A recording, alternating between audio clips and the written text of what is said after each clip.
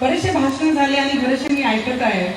नगराध्यक्ष ताईंनी म्हटलं, बरेचसे त्यांनी ते साधे शब्दात त्यांनी इथे म्हटलं आणि बसल्या बसल्या मी पूर्ण माहिती घेत होती. आणि जेव्हा इथे इनॉग्रेशन झालं, मी याच्यासाठी हे गोष्टी म्हणू शकते कारण की कोविडचा अनुभव मी माझे पूर्ण परिवाराचा पर्सनली घेतलेला आहे. आणि एक माणुसकी म्हणून मंदिराचा उल्लेख नाही करत, पण या नगराध्यक्षाची मंदिराची या इमारतचं जेव्हा भूमिपूजन झालं तेव्हा एक खासदार म्हणून, एक माणुसकी म्हणून आम्ही एक फोन केला की आपण या कार्यक्रमामध्ये उपस्थित आहे की आम्ही अशी बातमी ऐकली की आपण नागपूरमध्ये हॉस्पिटलमध्ये ऍडमिट आहे आणि तुम्हाला कोविड हा आजार झालेला आहे, तर आपण आपली तब्येत आणि आपली हेल्थ कशी आहे हा विचारपूस केली. आणि तेव्हा त्यांनी सांगितलं आम्ही नागपूरला येत आहे आणि आम्ही या कार्यक्रमामध्ये हजर नाहीये. मग मी कलेक्टर साहेबांना फोन केला, सीईओला फोन केला की का यांची गैरहजेरीमध्ये आपण या इमारतीचं उद्घाटन कोणती घाईमध्ये गडबडीत घेत आहे.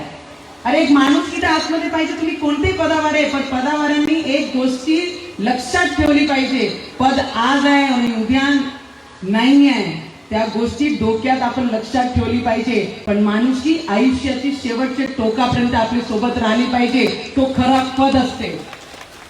आणि तेव्हा यांच्या गैरहजेरीमध्ये जेव्हा त्यांनी इमारतचं भूमिपूजन केला तेव्हा कुठे ना कुठे खासदार म्हणून या मतदारसंघाची एक सून म्हणून, एक मुलगी म्हणून तो कर्तव्य आहे माझा, तर या कार्यक्रमाला मी उपस्थित राहिली नाही.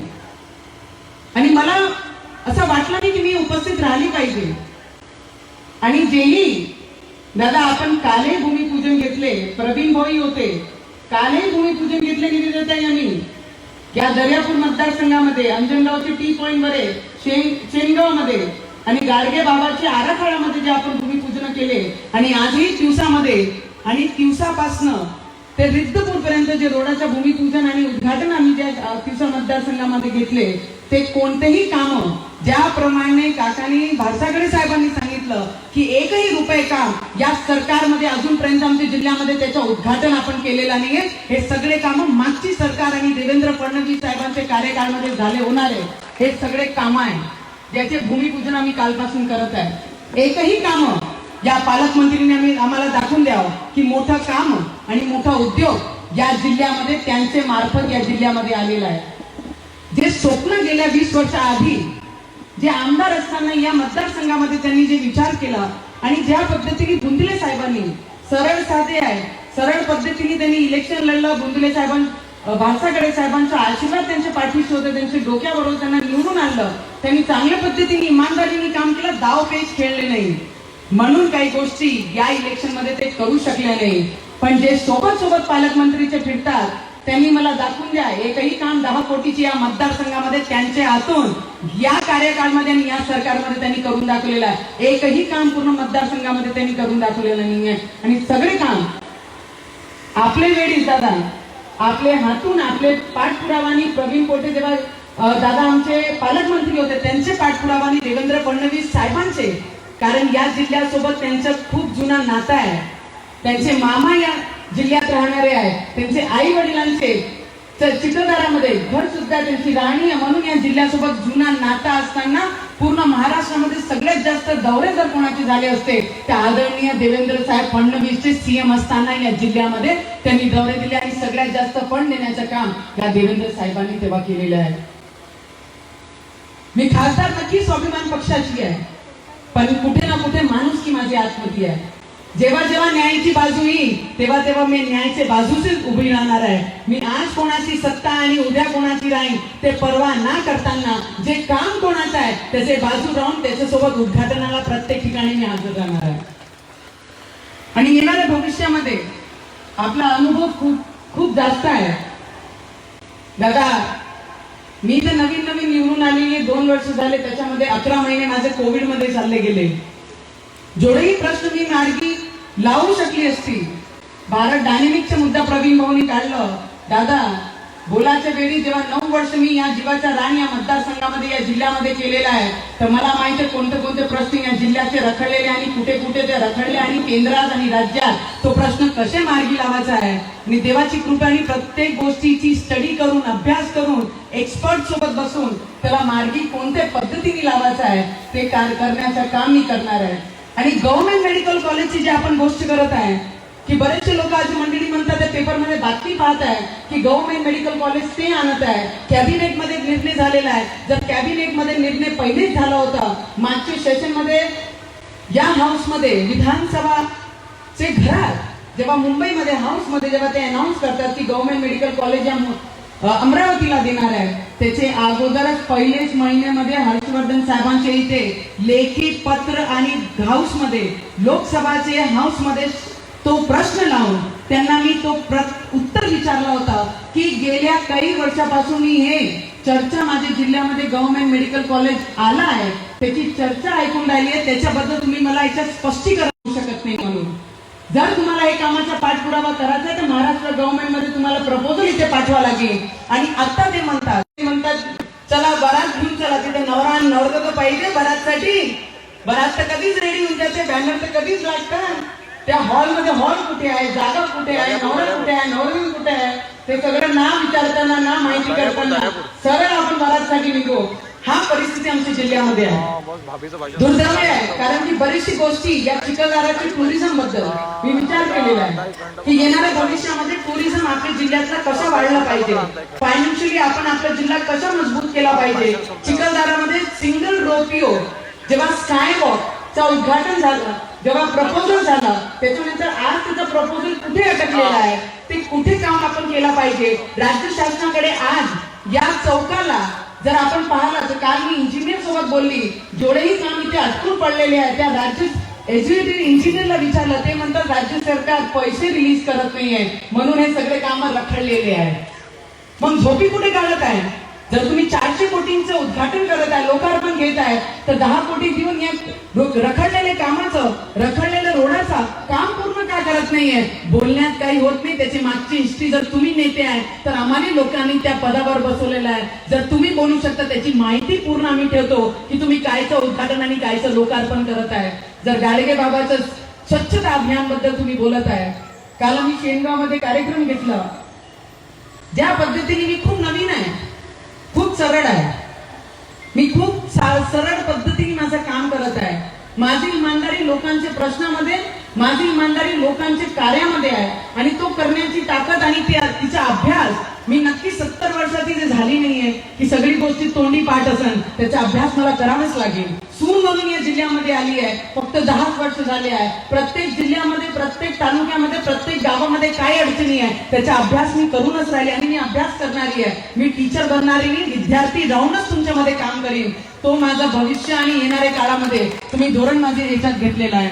जर आज जेही प्रश्न मी केंद्रामध्ये उभे केले, जेही प्रश्न मी त्यांना विचारले आहे, खूप मोठा जिगरा लागतात. कारण की काका आपल्याला माहित आहे की हाऊस मध्ये जाऊन मोठे मंत्र्यांसमोर बोलणं, त्यांना प्रश्न विचारणं, पहिल्यांदा तुमच्या प्रश्नाचं उत्तर मंत्र्याने देणं सुरू केला म्हणजे कुठे ना कुठे तुम्ही अभ्यास करून आणि पूर्ण पाठपुरावा करून तुम्ही तिथपर्यंत येतात आणि ते मी करत आहे. आणि येणाऱ्या भविष्यामध्ये तुमचा नेहमी मला मोठ्या लोकांचा, बलवंत भाऊ बानकडे दादा तुम्ही असं पाहू नका, बाळासाहेब तुम्ही असं पाहू नका. तुम्ही माझ्यासाठी पहिली इलेक्शन मध्ये खूप मेहनत केली आणि दुसरी इलेक्शन मध्ये तुम्ही तुमचे हात बांधले होते, पक्षामध्ये होते आणि मी अपक्ष होती, पण तुम्ही सगळे माझे परिवारातले आहे. आणि या इमारतीनंतर जेही विकास मध्ये होईल, खूप साऱ्या गोष्टी आहे की आपल्या माध्यमातून मला माहित आहे की आपली दूरदृष्टी खूप चांगली आहे. आणि मी या एरियामध्ये आली आणि काही एरियामध्ये मी गेली आणि तिथे कोल्हापुरी गेट मी ताईला विनंती करते, काका आपल्यालाही विनंती करते की नवीन तेसरी रोड जिथे आहे तेलीपुरा म्हणून, ते रेड झोन मध्ये आहे.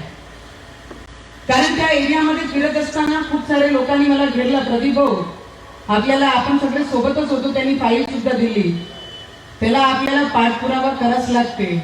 आणि जे रेड झोन मध्ये आहे त्यांना ग्रीन झोन मध्ये कशा आणायला पाहिजे, सीओ सोबत बसू, आपण बसू, त्याच्यावर चर्चा करू.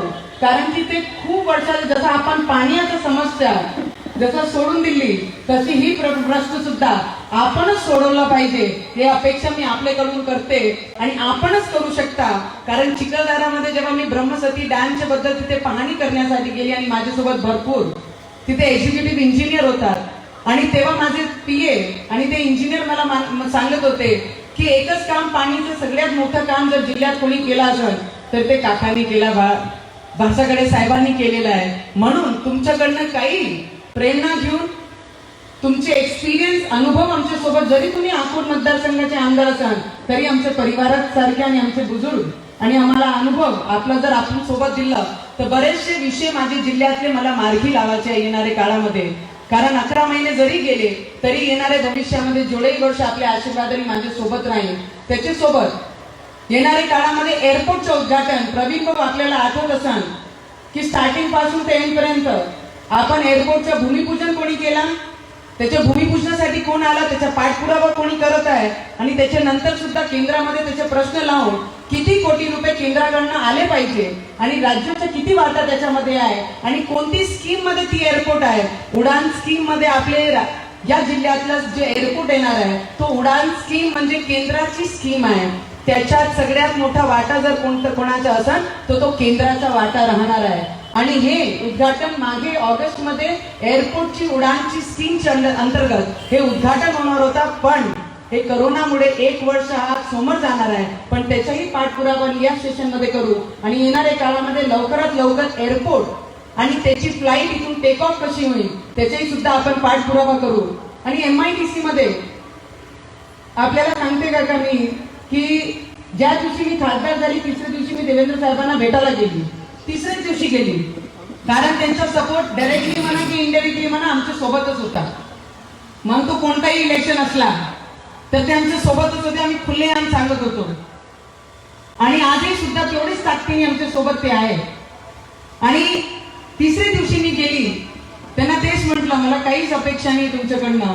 ज्या जनतेने मला अपक्ष निवडून दिलेला आहे त्या मतदारसंघाला त्या युवकांना मला काही ना काही आल्याबरोबर आपल्याला द्या लागेल. आणि तेव्हा त्यांच्या समोर मी एक प्रस्तावना केली आणि प्रस्ताव ठेवला की हरमन्स मेडिसिन फार्म कंपनी हे आपल्याला त्या MIDC मध्ये यांना जागा देऊन तो प्रकल्प आपल्याला ती MIDC नांदगाव पेठमध्ये आणावाच लागेल. आणि त्यांनी काही विचार न करताना त्यांनी म्हटलं हो आपण हे काम आणि हे प्रपोजल आणि हे कंपनी आपण MIDC मध्ये देऊ. आणि त्यांनी इमिजिएट 1 सेकंडचा वेळ न घेताना त्याचा पाठपुरावा करून त्यांनी ते जमीन दिली. आणि आत्ताच गेल्या डिसेंबरमध्ये 29 डिसेंबर 2020 मध्ये आपण त्या प्रपोजलच्या पूर्ण 200 एकर जमीन त्या प्रोजेक्टला दिली आणि 2021ला त्याचा पहिला प्लॅन सुरू होईल. आणि येणाऱ्या भविष्यामध्ये तिथे मेडिसिन कंपनीमध्ये कमीत कमी 2 ते 2.5 हजार मुलं तिथे त्या डिपार्टमेंटचे रिलेटेड ते काम करू शकतात. ते पहिला प्रपोजल आपण त्यावेळी आणून आपलं कर्तव्य सुरुवात केली होती. आणि येणाऱ्या भविष्यामध्ये जे आपल्या ताईची अपेक्षा आहे ते आपण करू. जेवढाही माझ्याकडनं जमेल तेवढा मी आपले या नगराध्यक्षाला आपण देऊ. कारण की ऑलरेडी माझं 1 वर्ष आपले केंद्राने पूर्ण फंड घेतलेला आहे. तर खूप सारे प्रॉब्लेम्स आहेत कारण की 2200-2300 गावं प्रत्येक गावात पोचणं आणि प्रत्येक गावात अपेक्षा राहणं हे काम आपल्या खासदारांनी करून द्यावे. आणि प्रत्येक ठिकाणी जाऊन आपण अपेक्षा पूर्ण करणं खूप कठीण असतात. पण तरी मी प्रयत्न करणार आहे. जेवढंही माझ्याकडनं जमन तेवढं मी आपल्याला मी वित्त समितीमध्ये आहे, ICCRच्या समितीमध्ये आहे, एक्सटर्नल अफेअर्सच्या समितीमध्ये आहे. आपण कमिटीमध्ये असणार आपण विनंती करू.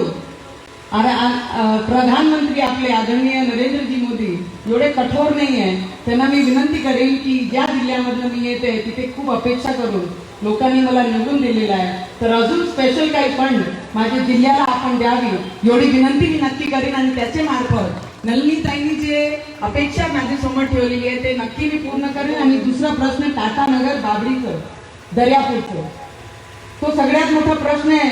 माझ्यापेक्षा अभ्यास तुम्हाला सगळ्यात जास्त असेल कारण मी नवीन आहे तर सगळे लोक भर फोन करतात आणि ते नाही आपल्या नगर परिषद मध्ये आहे नाही ते ग्रामीण मध्ये जाते. त्याचा मार्ग आपल्याला मोकळा करावा लागेल कारण हे 2 विषय दर्यापूरला लागून जे आहे ते खूप गरजेचे आहे आणि त्याचा मार्ग आपणच मोकळा करू शकतो. या तर नगर परिषदने ती जागा घेऊन घ्यावी आपल्या अंडरमध्ये घ्यावी कारण त्याचा पाठपुरावा आपल्याला कलेक्टरच्या मार्फत आणि त्याच्यानंतर आपल्याला महाराष्ट्र शासनामध्ये बसून त्या मंत्र्यांच्या अंडरमध्ये येऊन आपल्याला तो पाठपुरावा करावाच लागेल. कारण हे 2 मुद्दे आपण जर हल केले सॉल्व्ह केले आपल्या माध्यमातून तर आयुष्यभर जसा पाणीचं नाव घेऊ रात्री सगळे बाय आणि सगळे परिवारचे सगळे मुलं तुम्हाला आठवून काढतात, तसंच हा कोल्हापुरी गेटचे लोक आणि टाटानगर बाबरीचे हे सुद्धा आपले नाव घेऊन प्रत्येक दिवशी आपल्याला आशीर्वाद देईन. एवढे वर्ष आशीर्वाद दिला, अजून किती आशीर्वाद तुम्हाला पाहिजे. 68 वर्षाचे तुम्ही झाले आणि कंटिन्यू अजूनही म्हणता कोणी वेळ माझे आळवे येऊ नाही तर त्यांना माहित आहे भारताकडे काय करेल म्हणून. मी तर दम देणारी नाहीये, मी खूप सरळ पद्धतीने काम करणारी. आणि हा रवी भाऊचं काम वेगळं आहे आणि मी बायांच्या हिशोबाने सगळे म्हणतात की मी कशी निवडून आली, पण मला एक गोष्टी नेहमी मी सांगत असतो. कानकडे दादा, मी सगळ्यात जास्त कोणी सपोर्ट मला जिल्ह्यात केला असेल तर ते महिलांनी केलाय. नवऱ्याला जरी दुसऱ्या पक्षाला मत मारले तर बायकांनी आतमध्ये जाऊन नवनीकरणालाच मत मारलेलं आहे. ते प्रत्येक घरामध्ये तो परिस्थिती झालेली आहे. आणि दुसरे बुजुर्गांनी जास्त कष्ट नाही करू शकले, पण त्यांनी मला नेहमी डोक्यावर हात ठेवून मला आशीर्वाद दिला की ही मुलगी आली पाहिजे, एकदा हिला चान्स भेटलं पाहिजे, ज्या तळमळीने काम करते तिला एकदा आपण संधी दिली पाहिजे. आणि तिसरे युवक पाशी पैसे नव्हते, पद नव्हते, व्हाईट कॉलर नव्हती, तरी ते बाईक घेऊ माझे मागे फिरले की काही ना काही हे युवती आमची बहिणी काही ना काही आमच्या जिल्ह्याचं काही ना काही काम करू शकते. म्हणून ते सगळे लोकांचा नेहमी मी मनापासून आभार व्यक्त करत असतो. आणि